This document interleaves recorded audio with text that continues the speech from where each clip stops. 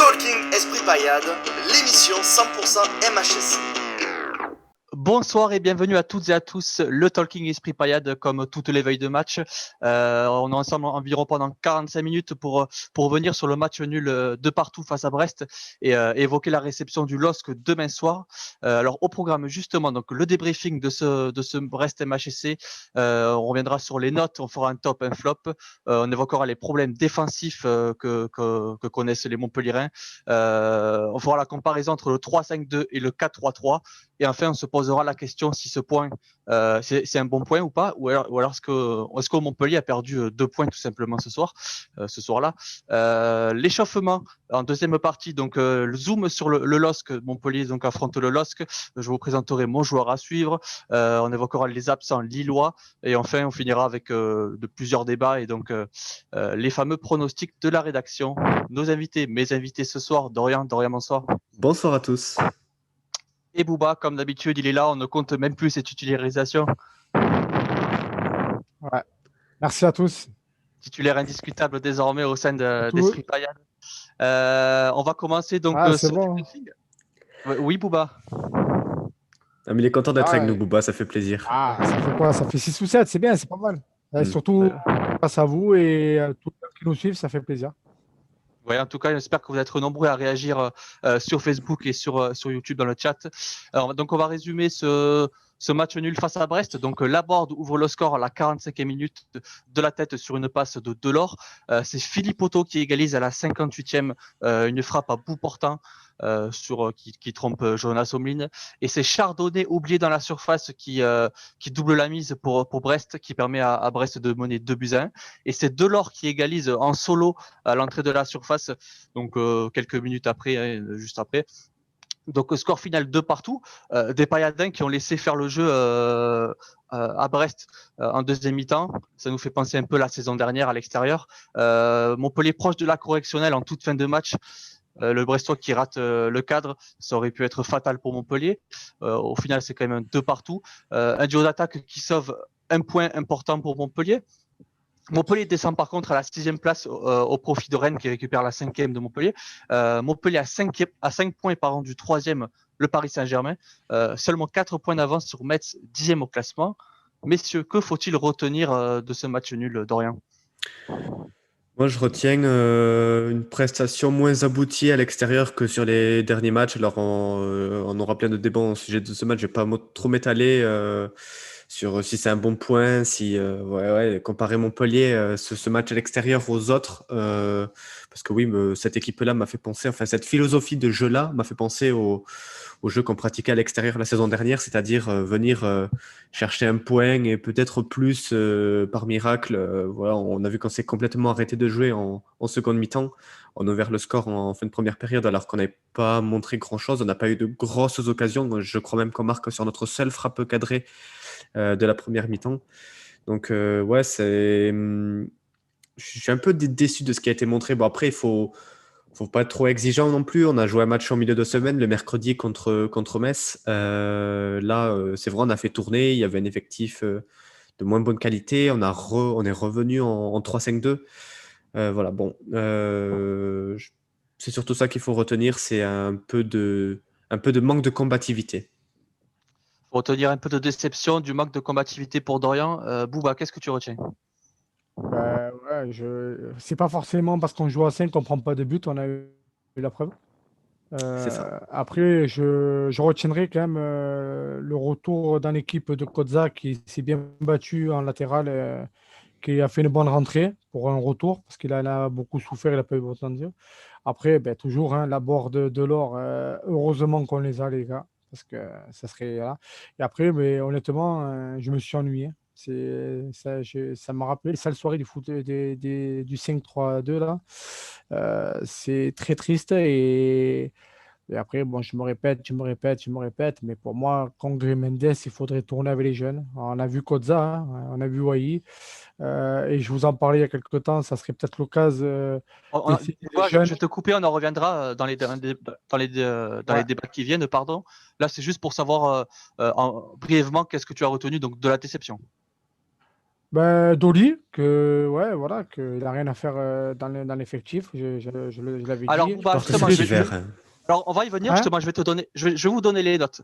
Et là, tu vas me donner justement ton flop. Alors, Omelin, 5,5, Hilton, 6, Souquet, 4,5, Congrès, 5,5, Mendes, 5,5, Cosa, 5, Chotard, 4, Mollet, 6, Dolly, 3,5, Laborde, 7, Delors, 7,5. Alors, Bouba, je te redonne la parole puisque tu commençais à me donner les joueurs, les points négatifs de ce match. Alors, quel serait ton flop et ensuite ton top? Bon, déjà, je veux revenir parce qu'on m'a beaucoup posé la question. Je ne participe pas au vote des notes des joueurs. Voilà. Pour moi, je mettrais Dolly, mais de loin. Voilà. Parce qu'il a été, mais alors, nul, nul, nul. Et pas loin derrière, et je suis un peu plus intelligent dans les notes, je mettrais un 4, c'est Chotard. Parce qu'il est du centre et tout, mais je trouve que c'est triste Ouais, je sais 4 pour pas. Chotard? Ah ouais, non, mais Ben, c'est ce franchement, qu'on lui allez, a tu mis. lui Hein. mets 5. C'est ce qu'on a mis, ouais, c'est ça. C'est. On a mis 4 à Oui, non, mais je Chotard. parle, je parle en global, tu vois, mais c'est vrai que il a eu l'occasion, donc je sais pas ce qui se passe, ça fait chier, mais voilà, c'est. C'est Et pas du après, en Ferry, top, quoi. ouais, ben voilà, c'est tout. Et ça n'a rien à voir, Mm. Ferry, voilà, c'est dommage parce que c'est censé être le successeur, et voilà. Après, de l'or, hein, de l'or, il n'y a rien à dire, hein, voilà. Et la board juste derrière, parce que Ouais, le pareil, c'est duo. Soldat. On voit beaucoup parce que voilà, c'est deux monstres, quoi. Franchement, heureusement qu'on les a. Mm. Dorian, un top, un flop? Non, mais le top, il y a zéro surprise. Ce sera Dolly pour moi aussi. Et même, j'ai envie de pousser plus loin. Je pense qu'avec le Talek, c'est deux joueurs que j'aimerais voir partir cet hiver. L'apport est vraiment très faible. Enfin, le Talek, de toute façon, on le voit plus dans le groupe. Donc, je pense que cet hiver, ce sera la porte de sortie pour lui. Dolly, c'est pareil. On nous a vendu un bon potentiel quand il est arrivé. Il était dans l'équipe type des Africains de l'année au moment où il débarque à Montpellier très prometteur. Il arrive que pour 1 million. On se dit c'est une bonne affaire. Et au final, on voit que c'est un flop complet parce qu'il n'a jamais rien montré sur les chances qu'il a eues qu'on lui a donné. Donc, je pense ouais, que Dolly, j'aimerais bien le voir partir cet hiver. Et je préfère voir partir du Dolly, du Le Talek plutôt qu'un Gaëtan Laborde vendu en Angleterre. Quoi. C'est clair et net là-dessus. Après, oui, pour les tops, le duo, c'est. Que dire Comme l'a dit Chardonnay, le défenseur brestois là, sur RMC, derrière Neymar et Mbappé, c'est le meilleur duo d'attaquants de Ligue 1. Et je pense qu'il n'y a même pas de débat là-dessus. Les deux sont au sommet des classements des passeurs de notre championnat. Ils marquent des buts, ils sont très complémentaires. Et voilà, l'un et l'autre alignés sur un terrain, on sait que ça fait des étincelles. Donc, ils nous l'ont encore montré ce week-end. Dorian, on a pointé du doigt la défense. Est-ce que tu penses que la défense à 5 face à Brest, c'était la bonne solution? Honnêtement, je sais pas trop. Enfin, je dirais que oui, parce que quand même, il fallait, voilà, fallait faire tourner l'effectif. C'était surtout peut-être pour ça que Derzac il a bricolé, essayé de faire tourner, d'impliquer d'autres joueurs, de donner des chances à certains. Donc, en plus, surtout que Brest est une équipe qui joue bien au ballon, qui aime aller vers l'avant. Donc, on sait qu'on encaissait des buts à 4. Donc, il y avait aussi un côté garder la solidité défensive avec cette défense à 5, mais faire des tests, voir quel est le vrai problème. Est-ce que c'est la défense à 5 le problème, la défense à 4, pardon, est-ce que c'est à cause de la défense à 4 qu'on encaisse des buts? Là, on a vu que même à 5, en fait, derrière, on était très fébrile et qu'on encaissait quand même quelques buts. Donc, c'est pas une question de système le problème, pardon. Donc, oui, ça nous a permis d'essayer certaines choses, voilà, de faire des tests, de voir ce qui marchait ou non. Oui, je pense quand même, d'un point de vue final, que la défense à 5 était une bonne solution voilà, pour faire tourner l'effectif et pour voir un peu ce qui allait pas. Ben, avant, je vais rebondir justement sur cette question avant d'interroger Bouba. Et dites-nous d'ailleurs sur le chat ce que vous en pensez. C'est vrai que Montpellier encaisse encore de buts. Montpellier encaisse beaucoup de buts. C'est quoi pour toi le véritable problème défensif? Certains pointent du doigt Jonas Oblin, d'autres sont plus mesurés, pointent du doigt la défense. Quelle est la raison pour toi? Vraiment, non, pour moi, alors déjà pour commencer, ce n'est pas le souci de Jonas Omlin. Je pense que alors, il n'a pas fait d'énormes bourdes. Voilà, il vient d'arriver, il est en Suisse, il vient d'arriver en France, c'est son sa première expérience à l'étranger, il faut lui laisser le temps. Là, je pense que sur les 2 buts, est-ce qu'il est réellement fautif? Je pense pas. Sinon, oui, le problème, ça vient peut-être de la défense. Est-ce qu'on a est-ce qu'on a des joueurs qui défendent aussi bien qu'il y a 2 ans? Je ne le pense pas. Pedro Mendes, moi, je le trouve un peu plus statique, un peu plus, je dirais, bourrin, tu vois, faire des fautes un peu inutiles, à pas réellement se battre. Euh, Après, non, vraiment, je sais pas quel est le problème. Peut-être qu'on essaye de développer un jeu qui va un peu plus vers l'avant, donc forcément, on perd un peu de l'équilibre, on se penche moins sur le secteur défensif, donc voilà. Après, vraiment, Et c'est ce le qu'on véritable reprochait. problème. Oui. Après, justement, c'est ce qu'on reprochait. On disait qu'en passant à 5, que le problème, c'était peut-être qu'on prenait des buts parce qu'on était à 4 et que ça allait résoudre les problèmes à 5. Alors, justement, je vais poser la question à Bouba. Peut-être que son œil tactique pourra nous aider à répondre à la question. Alors, déjà, est-ce que pour toi, la défense à 5, c'était une bonne solution face à Brest? Et tu me diras après si quel est le véritable problème défensif, s'il y en a un pour toi. Et pour moi, le problème, il vient de centraux. Parce que tu as fait tourner Junior et Restich pour faire jouer Souquet et Kodza. Et tu as Milton en plus avec les 2 autres. Et le souci, depuis quelques matchs, on voit bien que Congré et Mendes est souvent court. Moi, j'aurais bien vu un 4-3-3 avec Kodza, Milton dans l'axe, à faire tourner sur les côtés, de faire tourner Souquet et Ristich. C'est de bonne guerre, mais je pense qu'on en avait besoin là, au moins un des deux. Et on a Oyongo aussi qui à gauche, il fait le taf. Donc, une défense à 4, on peut le faire. Je pense qu'on faire tourner d'accord, mais on n'a pas eu le bon choix. Donc, on est un peu fébrile et les trois dans l'axe, on joue à 2 ou à 3, c'est les mêmes. Mais le problème, on voit que c'est toujours le même. C'est pas sur les côtés. Là, le deuxième but, vous l'avez bien vu, c'est Flag, il est tout seul. C'est inadmissible. Là, il y a une faute grave de marquage. Oui. Après, j'ai vu, ça critique Omlin, tout ça. Je ne veux pas faire le pro Omlin, hein, parce que moi, depuis Lecomte, même Rouli, c'était Lecomte. Mais Omlin fait le taf, il nous sort les ballons qu'il faut. Après, il ne peut pas faire des miracles, hein. On a une défense centrale vieillissante. Il faut peut-être se tourner, je le dis encore et encore, avec les jeunes du centre et leur laisser leur chance. Vous voyez, Kodza, il n'a pas été dégueulasse, il a été pas mal. Donc, on a d'autres jeunes. Il faut essayer. Et je préfère se viander avec des jeunes et on tente que d'être ridicule comme on a été à Brest et de faire ça. Parce que si devant encore on ne plante pas, on perd. Donc, on prend beaucoup trop de buts avec cet axe-là. Donc, vu qu'apparemment, ouais, c'est tendu dans les relations derrière avec les défenseurs, entre eux, tout ça, on avait Lotalek qui pouvait dépanner, et là, maintenant, c'est mort.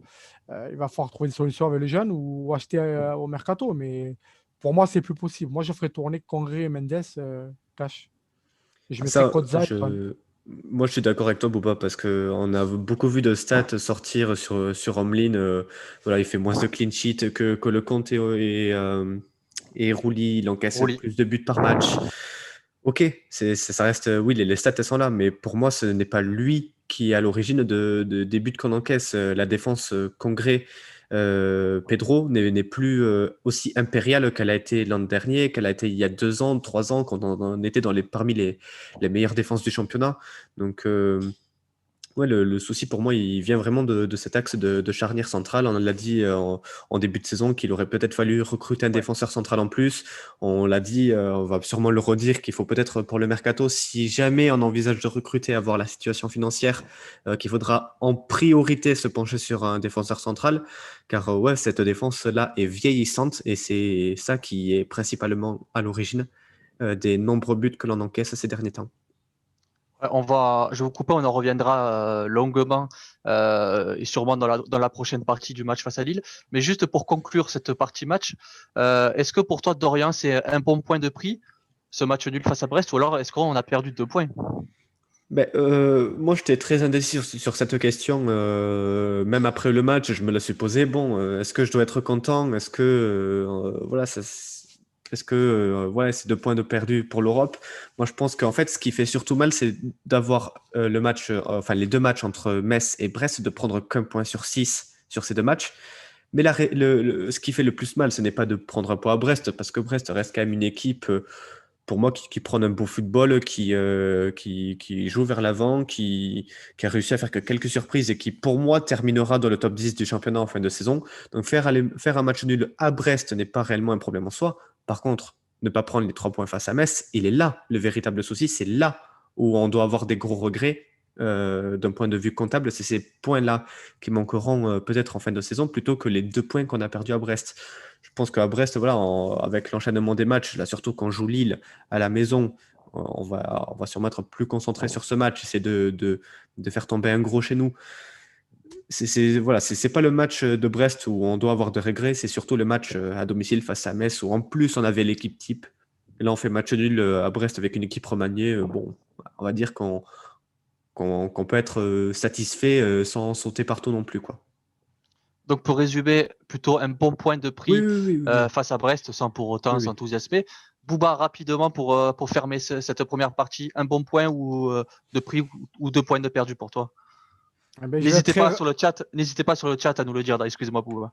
Non, mais je vais être très rapide. Je ne rajouterai pas. Pour moi, c'est plus la défaite à domicile contre Metz. Le point pris à Brest est contre une belle équipe et très très bien. Surtout avec les joueurs en présence, les absents qu'on avait. Donc non, non, c'est un bon point. Et maintenant, eh ben, l'apothéose, il faut s'arracher et gagner demain, hein. C'est tout, hein. Après, c'est à nous de voir, hein. Voilà, c'est tout. Il faut s'arracher maintenant. La transition est parfaite, Bouba, justement. On va fermer cette première partie et attaquer la deuxième, l'échauffement. Donc, Montpellier reçoit demain à 21h à la Mosson le LOSC de Christophe Galtier, leader du championnat. Et on va justement parler de notre adversaire qui a fait match nul 0-0 face au Paris Saint-Germain. Un match solide défensivement des Lillois. Ils ont manqué un peu de justesse sur la dernière passe pour espérer inquiéter ou punir les Parisiens. On retiendra d'ailleurs la magnifique intervention de Kimpembe qui prive Lille de l'ouverture du score. Lille prend donc ou reprend sa première place de leader à égalité de Lyon avec 33 points. Dorian, je sais que tu as vu le match. Qu'est-ce que tu peux nous dire de la performance des Lillois? Alors, sur la performance de ce match-là, bon, oui, je dirais que c'est un Lille qui s'est montré solide et qui a su bien contrer les petites attaques parisiennes parce que ce n'était pas un grand pari dimanche soir non plus. Ils auraient mérité de gagner le match si Kimpembe n'avait pas fait sûrement le geste défensif de l'année parce que vraiment, faut le dire, sur une attaque à 4 contre 1, le mec, il se claque en plus en pleine course et il dépossède c'est Yilmaz du ballon qui amène peut-être un peu trop loin son ballon dans la course. Ça, À 4 contre 1, on peut dire que l'attaque est mal négociée quand même, hein. Ouais, non, c'est surtout voilà, Yilmaz, il touche une fois le ballon et il se l'amène 30 mètres devant. C'est ça qui pose le problème dans sa course surtout. Si Kimpembe n'intervient pas comme il le faut, enfin surtout il faut avoir l'audace pour tacler comme ça, alors qu'il y a 3 attaquants qui arrivent sur le côté. Enfin bon, bref. Voilà, Lille peut avoir des regrets sur cette action. On aurait pu prendre les 3 points face à Paris. Dans la globalité, c'est une équipe alors, qui est, oui, première du championnat. Mais c'est tout sauf une surprise parce que depuis que Christophe Galtier est arrivé, il fait du très bon boulot sur le banc lillois. Donc, ils ont accroché la Ligue des Champions il y a 2 ans. Là, ils se sont qualifiés 4e en Europa League cette année. Ils ont fait un très bon parcours. Ils ont réussi à équilibrer entre le championnat et l'Europa League, à être performants sur les 2 tableaux, ce qui, dans le football français, apparemment, a l'air d'être totalement inédit de ce qu'on peut entendre, hein, parce qu'on l'a vu avec Nice, leur parcours européen n'a pas été le même. Donc oui, c'est une équipe qui a de la qualité, qui a de la profondeur, qui a un très bon secteur offensif et ils ont tout sauf volé leur place pour se retrouver en tête du championnat. Merci Dorian. Bouba, un mot sur la performance des Lillois face au Paris Saint-Germain? Ben, je retiendrai la solidité défensive. Voilà, c'est pas la meilleure défense pour rien. Ils ont beaucoup subi. J'ai vu les chiffres de la possession. 70 pour Paris, c'est énorme. Mais ils ont réussi à tenir parce que quand même s'ils font tourner le PSG, quand même, c'est une sacrée attaque. On l'a vu nous aussi, hein. Un peu Donc, stérile la possession. ouais, mais bon, le résultat, et ils n'ont pas fait mieux les Lillois. Mm. Après, on en a parlé il y a, je crois, un petit moment des équipes. Et vous avez dit que Lyon et Lille, ça pouvait les perturber. Eh ben, ils sont en tête, hein. C'est tout, hein. Donc, tant mieux pour eux. C'est de belles équipes que j'aime bien, qui jouent au ballon. Et c'est vraiment Ouais, donc il va falloir. Mais après, comme je vous dis, nous, on est capable de perdre un match et de faire nul à Brest, et peut-être de sortir le match de l'année. Je sais plus quoi penser en fait, donc on verra. J'espère qu'on va passer un bon match. Et après, voilà, on va voir. En tout cas, la performance lilloise, elle est due aussi à ce mercato réussi effectué cet été, Ah ouais. notamment au niveau des arrivées, je vais vous les citer.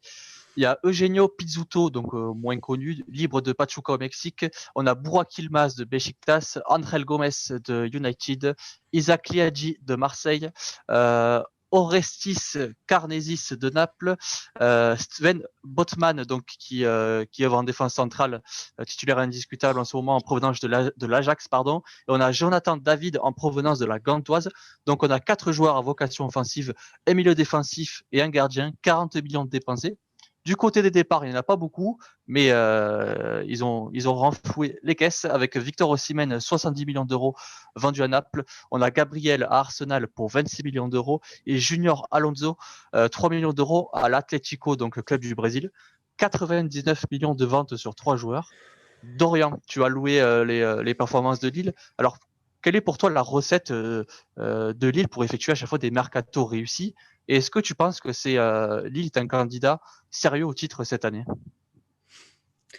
Alors, à quoi attribuer les bons mercatos? Alors, il y a eu un bon management. Je pense que Lille a été un des meilleurs managements de Ligue 1 sur ces dernières années. Je parle pas de l'entraîneur, mais de ce qu'il y a derrière. La cellule de recrutement qui a fait un très bon travail. Et, enfin, je sais pas. Enfin, vous vous rendez compte que il y a 2 ans, ils perdent Nicolas Pepe pour Arsenal. On se dit bon, comment ils vont faire? Ils recrutent Osimhen. Il fait une excellente saison. Ils le vendent ses 50 patates à Naples. On s'est dit, bon, là, comment ils vont faire dans le secteur offensif? Et cette année, bingo, il y a Siche, il y a Lilmaz, il y a Ikone, il y a Bamba, il y a Jonathan David qu'ils ont recruté, qui est un peu en dessous de ce qu'on aurait espéré au vu de son prix. Mais ça reste quand même un secteur offensif hyper solide malgré les 2 grosses pertes qu'ils ont eues ces 2 dernières saisons. Et moi, j'attribuerais surtout le mérite à Christophe Galtier qui, comme je l'ai dit tout à l'heure, depuis qu'il est arrivé, a fait un excellent boulot. C'est un des meilleurs, si ce n'est le meilleur entraîneur de notre championnat. Et pour répondre à ta dernière question, oui, je pense que Lille peut être un candidat au titre s'il continue sur cette lancée. Alors, ils auront l'Europa League à jouer aussi, à voir s'ils arriveront à continuer sur le plan physique à enchaîner des matchs tous les 3 jours à partir du mois de février. Mais c'est une équipe qui joue décomplexée, qui n'a rien à perdre en fait. C'est ça le truc, c'est que là ils sont en tête de Ligue 1, mais c'est pas leur objectif, donc eux ils vont continuer à jouer sans pression et avec de la qualité, donc attention, ça peut rappeler ce qu'ils ont fait en 2011, nous en 2012, on le sait, voilà, attention, parce que Paris en plus, eux sortent d'une saison où ils ont enchaîné beaucoup de matchs, ils ont joué la Ligue des Champions au mois d'août, eux aussi ont enchaîné beaucoup de matchs avec la phase de poule. Ça peut compter en fin de saison et Lille peut être un candidat sérieux au titre. La pression, elle est sûrement sur les épaules du Paris Saint-Germain plus Tout à que fait. sur celle des Lillois. En tout cas, s'il y a des Lillois qui nous écoutent, n'hésitez pas à nous donner votre recette pour réussir ces mercatos. Hein, avant que, justement, Pouba, je vais te le demander. Comment Lille, selon toi, arrive à réaliser des mercatos comme ça, comme l'a dit Dorian? Ils vendent de Pépé, ils recrutent Osimhen derrière. Derrière, il y a Yilmaz qui arrive de libre et qui finalement en est déjà à 7 buts, si je dis pas de bêtises. Ah oui, Donc oui. vraiment, c'est des mercatos réussis et malins que réalisent les Lillois. Est-ce que tu penses que Lille peut être un candidat sérieux au titre et embêter le Paris Saint-Germain, Bouba? Oui, je l'ai dit il y a, je crois, 5-6 matchs que je les sentais. Là où le doute que j'ai, c'est sur le physique et avec l'Europe. Pouvoir avoir un effectif. Donc devant, ils peuvent tourner facilement. J'ai vu que ça se tournait suivant les matchs. Galtier est très très bon coach. Je reviens sur Dorian, c'est clair, c'est un très très bon coach. Il fait tourner, il n'y a pas de titulaire indiscutable. En fait, on a l'impression que devant, il tourne à tour de rôle et c'est monstrueux, quoi. Donc c'est pas mal, ça c'est une solution. Après, ouais, ça fait 3 ans qu'ils vendent leur meilleur attaquant et ils rachètent là, ils ont fait un bénéfice de 60 C'est millions fou ça. d'euros. Et c'est aussi fort, c'est parce qu'on sait Ouais. très bien, je ne connais pas le nom, je vais pas dire, je crois que c'est l'ancien directeur sportif qui était à Monaco et qui a des bonnes pépites au Portugal, tout ça là. Et la cellule de recrutement est très très forte. Ils misent intelligemment. Après, eux, ils sont là purement et simplement pour faire du fric, hein, de toute façon, on le sait. Il faut qu'ils soient dans les clous, ils ne sont pas là pour faire perdre de l'argent. Donc, s'ils ont une offre cette année pour leur meilleur attaquant, ils le vendront aussi. Mais là où ils ont fait un gros coup, c'est qu'ils ont tenté, je crois que c'est 35 ans qu'il a, l'attaquant, là, le Turc. C'est Yilmaz, mais en Ouais, plus, c'est un joueur libre, hein. voilà, 35 ans, tenter le pari. Donc, on voit qu'il y a des recruteurs qui analysent bien les vidéos et qui pensent football. Ça fait plaisir parce qu'à 35 ans, on est censé être cramé. Donc, beau clin d'œil et super joueur. Après, moi, c'est vraiment une équipe qui me fait vraiment plaisir à voir. Je l'avais dit il y a un moment, hein, mais c'est réel. Lyon, c'est costaud, mais on le sait. Mais Lille, c'est une partie de folie dans l'effectif, en fait. Ça tourne.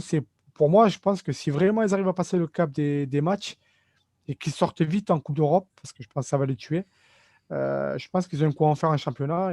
Parce que Paris, l'année Covid, avec toutes les compétitions, le Final Four, je sais pas quoi, Final leur Eight, ouais. nouveau. Ouais, voilà, désolé, je ne suis pas anglais. Le format de merde, en fait, voilà. Ça les a tués, la préparation. On voit tous les grands Mm. clubs qui galèrent. Il va y avoir des surprises cette année en Europe et pourquoi pas nous. Et ça, franchement, ça serait bien parce que le Qatar avec leurs millions, ils se fassent ronger et je serais bien content. Voilà. En tout cas, merci Bouba. Qu'il allait se faire encadrer le Qatar. En tout cas, il y a un joueur qui contribue à cette réussite lilloise dans cette saison, c'est Jonathan Bamba, donc c'est mon joueur à suivre, vous l'aurez compris, je vais vous le présenter brièvement. C'est un attaquant polyvalent de 24 ans, 1m75, français, international français sport, pardon. Son profil, il est rapide, il a une grosse à l'accélération, il a une qualité de centre, il sait être à la dernière passe et également à la conclusion à l'image de cette saison. Son parcours professionnel en club, de 2015 à 2018 à la Saint-Etienne, 52 matchs et 9 buts. Il avait entre-temps été prêté au Paris FC, à Saint-Tron en Belgique et à Langesco en 2017. Depuis 2018, donc, il est au LOSC. 98 matchs et 21 buts au total. La saison dernière, coupée par le Covid, c'est 14 matchs et un but. Cette saison en cours, donc 16 matchs, 5 buts et 6 passes décisives. Donc, très bon début de saison de sa part. En sélection, il est passé par la France, moins de 16 ans, l'équipe de France, moins de 18 ans, moins de 20 ans. Et depuis 2017, la France Espoir, 15 matchs et 5 buts au total. Son dernier match face à Paris, donc il a tout donné, il a multiplié ses efforts sans pour autant parvenir à inquiéter les Parisiens comme on a résumé la performance des Lillois, donc une bonne défense des Parisiens. Mais en tout cas, il a manqué un peu de lucidité dans le dernier geste à l'image de ses coéquipiers. 49 ballons touchés, 28 passes pour 23 réussis et 4 dribbles tentés pour 2 réussis du côté des stats. Dorian, est-ce que tu peux nous parler un peu de ce joueur? C'est un joueur qui progresse d'année en année, qui devient oui, la pièce maîtresse de l'attaque lilloise. Bon passeur, même, ouais, attention, ouais, sur corner, moi j'ai plus vu ça contre Bordeaux. Sur corner, les corners sont souvent très bien tirés par lui. Et, ça apporte du danger avec José Fonte de la tête qui peut en placer quelques-unes. Donc, ouais, c'est un très bon joueur au service du collectif et ouais, c'est un des meilleurs joueurs de cet effectif lillois. Oui. Merci Dorian, clair et net. Bouba, Ah, ben, moi, c'est le genre de joueur que j'adore, quoi, qui fait Mm. des efforts, qui est ouais, en plus très très rapide, très talentueux, qu'on ne parle pas souvent, donc tu as bien fait d'en parler, et comme ça tu vas lui porter la poisse, comme d'habitude. Parce que lui, il peut faire mal, surtout que nous, derrière, eh ben, c'est un peu compliqué. Non, non, c'est un mec, je kiffe, moi, qui se donne pour l'équipe. Un bon soldat, un mec qui donne, et c'est les mecs, comme on dit là, c'est les mecs de l'ombre, quoi, qui ferment leur gueule et qui corvent, qui bossent pour l'équipe. Franchement, c'est un super joueur, j'aime beaucoup.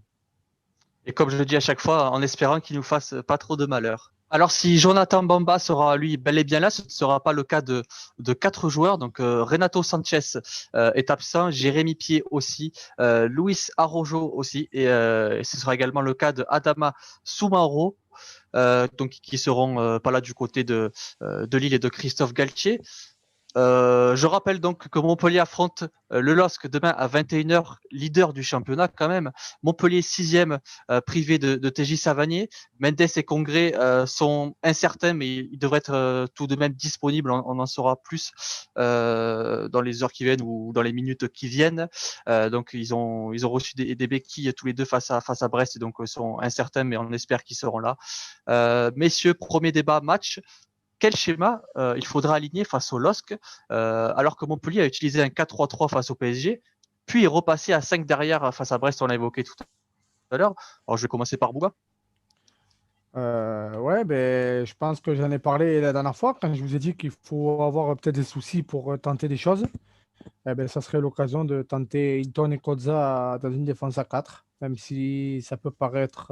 Voilà, mais je te vois, Dorian. Et pourquoi pas? Parce que, et c'est là où je vais en venir à mon explication, de mettre Junior et Restit sur chaque côté et du coup de passer avec Ferry et Chotard en milieu pour combler justement ce problème dans l'axe d'être que à 2, d'avoir 2-6 pour pouvoir des. Là, tu vois, ça te rassure. Plutôt, je préfère avoir 2-6 jeunes qui cavalent que 3 mecs un peu plus vieux. Parce qu'Hilton peut avoir l'expérience avec Kodza qui cavale bien à côté, qui fera le boulot. Et avoir un Mollet en milieu offensif et de remettre les 3 devant. Parce que contre Lille, il ne faut pas reculer. Il ne faut pas reculer et il ne faut pas reculer.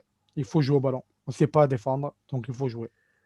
Ça paraît un peu audacieux ta défense centrale, Bouba. N'hésitez pas à nous dire sur le chat ce que vous en pensez, parce que c'est une question qui fait beaucoup parler, on le sait. Dorian, quel schéma tactique toi tu utiliserais face au LOSC? Défense à 4, défense à 5? Moi, de toute façon, je veux bien reconduire la défense à 4. De toute façon, ouais, c'est sûr que sans Congré, sans Pedro, visiblement, si ça vient à se confirmer, on va manquer de défenseurs centraux. De toute façon, il va nous rester que Hilton et Koza. Donc, je pense qu'on va devoir faire comme l'a dit Bouba. De toute façon, pour voir si Hilton va tenir dans une défense à 4, le seul moyen de le savoir concrètement, c'est d'expérimenter, de voir sur ce genre de match, en plus contre une grosse attaque de Ligue 1, voir si ça va tenir. Et ça peut peut-être justement être sympa, voir avec Ferry et Chotard qui vont essayer de récupérer beaucoup de ballons pour que la défense n'ait pas beaucoup de travail à faire. Voilà, ça peut un peu limiter la casse. De toute façon, on n'aura pas le choix. Je pense, sans Pedro, sans Congré, on n'aura pas le choix de mettre une défense à 4. Retour de Ristic et de Sambiat. De toute façon, ils ont été mis au repos pour être prêts pour ce match contre Lille. Et oui, après, j'aime bien l'idée d'avoir Mollet en milieu offensif, redonner sa chance à Mavidi et garder notre duo la Borde de l'or. Oui, il va falloir aller de l'avant, surtout que Lille attaque bien, encaisse peu de buts aussi, donc va falloir essayer de trouver la faille assez rapidement. Puis voilà, on est à domicile, on doit aller vers l'avant, on a besoin de points. On l'a dit il y a 3 semaines ou 2. L'objectif est de terminer peut-être dans le top 5 à la trêve. Ça passera par une victoire contre le LOSC, même s'ils sont premiers du championnat. Voilà, on n'a pas le choix. Si on perd, on peut se retrouver à la 9e place. Ça peut aller très vite. C'est très serré le classement. Donc, aller vers l'avant. Et ouais, de toute façon, au moins, on aura le cœur net avec une défense à 4 et Hilton dedans. On saura ce qui vaut réellement et si ça peut rester une solution pour l'avenir. Donc selon vous, on se dirigeait plus vers une défense à 4, un peu d'ambition du côté montpelliérain. Alors on a beaucoup critiqué notamment l'aspect défensif face à Brest où on prend encore 2 buts. Alors justement, qu'est-ce qu'il faudra changer selon vous pour mieux entamer ce match à l'approche donc de cette rencontre et surtout dans le contenu, qu'est-ce qu'il faudra changer face à Lille, Bouba? Déjà c'est dans le choix tactique, c'est ce que je te dis, c'est que si tu joues à 5 et que tu as Mendes et Congré qui ne sont pas là, tu n'as pas 50 000 centraux. Et je vois mal Derzak mettre une défense à 3 avec Vidal et Kodza, même si ça ne me déplairait pas de voir des jeunes, mais il ne le fera jamais. Kodza, déjà, il est réticent pour le mettre. Après, on a vu que les mecs sur le côté, ils faisaient le taf, ils ont soufflé ce week-end. Faut oublier que Lille a joué un gros match dimanche soir. Donc la fatigue, elle est pour tout le monde. Ils ont enchaîné beaucoup de matchs ces derniers mois-là. Ils jouent tous les 3 jours depuis quand même pas mal de temps. Je pense que là, ils vont manquer de fraîcheur et nous, on a bien reposé. Mavididi a pas joué beaucoup non plus. Ferry aussi, c'est peut-être une force. Donc je pense qu'il faut changer le schéma, revenir à nos bases Et après, pourquoi pas, éventuellement, même si le coach n'est pas rassuré pour Chotard, peut mettre aussi Souquet à droite et Junior un peu plus haut, hein. Physiquement, faire le boulot, même si je préfère l'avoir en latéral. Mais bon, je pense qu'il faut surtout se décoincer et jouer librement. Il faut une bonne partie de saison et le prendre comme du bonus et on ne leur en voudra pas. Je préfère qu'ils tentent que de rester à 5 derrière et de m'ennuyer. Alors Dorian, ma question se portait plus sur on va dire les consignes tactiques plus que dans la compo, puisqu'on vient de l'évoquer. Mais qu'est-ce que pourrait dire Derzakarian à ses joueurs pour mieux entamer ce match dans les consignes, dans les ordres défensifs? Qu'est-ce qu'il faut faire pour empêcher ces Lillois de nous embêter? Je pense absolument pas ce qu'il a dit samedi, parce que je pense que dimanche, pardon, l'objectif était d'aller chercher un point sur la pelouse de Brest, et c'est pour ça qu'on a vu une équipe qui se projetait un peu moins sur l'avant. Là, il va falloir dire tout simplement qu'on est à domicile, qu'il faut jouer comme on a joué en début de saison, l'esprit décomplexé. Je prends comme exemple le match contre Lyon. Peur de rien, tant pis, c'est Lille, c'est premier du championnat, ça nous fait pas peur. Voilà, il faut rejouer avec nos ambitions. Contre Metz, je pense qu'on a peut-être un peu sous-estimé l'adversaire quand a joué un peu trop, comment dire, un peu trop, Décontracté. ouais, trop décontracté. Parce qu'il y a justement, il va falloir un peu de décontraction, mais on a pris un peu notre adversaire de haut, je pense. Donc là, ça sera un gros match. On sait que des joueurs comme Delors aiment les gros matchs. Donc, non, il va falloir tout donner. En plus, c'est le dernier match avant la trêve. Donc, ils auront les vacances derrière un peu pour souffler, pour se reposer. Donc, il faut jeter les dernières forces pour le match de demain. Justement, tu m'as parlé de Delors, j'ai une image qui me vient en tête, hein. Celle de Delors la saison dernière qui manque le but du 2-1. Il manque un peu d'altruisme, au lieu de faire la passe, il frappe. Finalement, il n'y a pas but. Enfin, bref, c'est une anecdote. Bouba, dernier débat de cette deuxième partie de cette émission. Montpellier est-il dans l'obligation de gagner pour ne pas se faire larguer par la tête du classement et aussi pour garder ses ambitions européennes? Ben déjà, je pense que depuis 2 matchs, on a vu qu'avant de parler d'Europe, il faudrait être constant. Je le dis, je le redis, j'ai envie d'y aller, mais c'est pour être ridicule comme certains clubs. Je préfère être prudent et prendre match après match. Après, franchement, l'obligation, non, mais c'est un gros match. On n'a rien à perdre. De toute façon, il faut y aller. Pour ça, je préfère qu'on attaque dans le 4-3-3, qu'on joue. Et honnêtement, je préfère prendre du plaisir en perdant et en faisant ça que de se faire chier, d'avoir un match nul tout pourri. C'est pas le point ou les 3 points qui vont être décisifs là. On sait très bien qu'on les a perdus cette semaine, les points importants. Et après, voilà, franchement, après Metz, j'ai pris une grosse claque, Metz. Puis voilà, après, c'est à eux de prendre leur revanche. Et je pense qu'ils ont à cœur de se reprendre aussi, hein. C'est des compétiteurs, hein. Donc on peut leur faire confiance que dans les gros matchs, ils vont se motiver. Alors, Dorian, je répète la question aussi pour nos auditeurs et auditrices. Montpellier est-il dans l'obligation de gagner pour ne pas se faire larguer après une semaine à un point, donc face à Brest et à Metz, et aussi dans l'obligation de gagner pour rester dans les ambitions éventuelles européennes? Si notre ambition est de jouer l'Europe en fait de saison, évidemment qu'il faut gagner ce match après avoir des désillusions contre Metz et contre Brest. On sait que oui, Metz était peut-être le match qui va nous laisser beaucoup de regrets parce qu'on parlait d'Europe, il y en a qui parlaient de titres, enfin, voilà, on parlait de Ligue des Champions, on parlait un peu de tout avant ce match contre Metz et ça nous a un peu remis les pieds sur terre. Donc là, ouais, on prend 1 point sur 6 contre des petites équipes. Il faut réagir si on veut montrer qu'on est une équipe qui a le calibre d'un club européen. Il va falloir montrer qu'on a du caractère et réagir sur ce genre de grosses rencontres. Même si c'est peut-être un match qu'on aurait dû aborder plus sereinement si on avait pris des points contre Metz, tant pis, enfin, voilà, il faut se dire que les faux pas, ça arrive et qu'on a toujours des occasions pour se rattraper. Donc oui, je pense que Montpellier, si vraiment on ambitionne, si c'est clair quand on veut jouer l'Europe en fin de saison, il faut gagner ce match. Il faut gagner ce match et justement, tu vas nous donner ton pronostic, Dorian. Moi, je suis plutôt confiant. Je vois un 3-1 pour Montpellier. Ça paraît très optimiste, mais je pense que c'est réalisable avec Delors, Laborde et Ferry. Et côté Lillois, je vais dire Bomba parce que sinon Lucas va m'engueuler comme c'est son joueur à suivre. Tout à fait. J'espère en tout cas que ce sera une victoire montpelliéraine. Bouba, quel est ton pronostic? Et n'hésitez pas à nous le donner sur le chat. 1-0. Allô? Oui, Voilà. c'est on t'entend. 1-0, but d'Andy et passe de la board.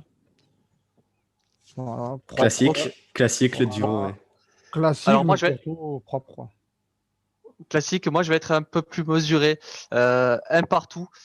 Même si j'ai peur, je sais pas comment on va faire pour prendre qu'un but face à Lille, vu les buts qu'on prend face aux plus petites équipes. Mais je verrais bien Bamba marquer pour Lille parce que sinon je vais m'engueuler tout seul. Et l'inévitable Delors qui égalise ou qui ouvre le score. En tout cas, j'espère qu'on perdra pas ce match et qu'on en reviendra vainqueur tout simplement. Messieurs, merci d'être intervenus avec nous pour cette dernière émission de l'année, d'avoir réagi, vous qui êtes auditeurs, auditrices sur le chat YouTube, sur Facebook également. On se retrouve donc après la trêve avec le déplacement à l'OM, match à 21h, ce sera encore une fois mercredi. D'ici là, restez connectés, on vous réserve un jeu sur notre page Facebook, un jeu, vous pourrez gagner un cadeau donc pour fêter Noël en retard, puisqu'on vous l'annoncera juste après Noël. D'ici là, on vous souhaite un très beau match, de très belles fêtes de fin d'année. Et allez, paillade. Bon match, bonne fête. Joyeuse fête à tous et à la paillade. Le Talking Esprit Paillade, l'émission 100% MHSC.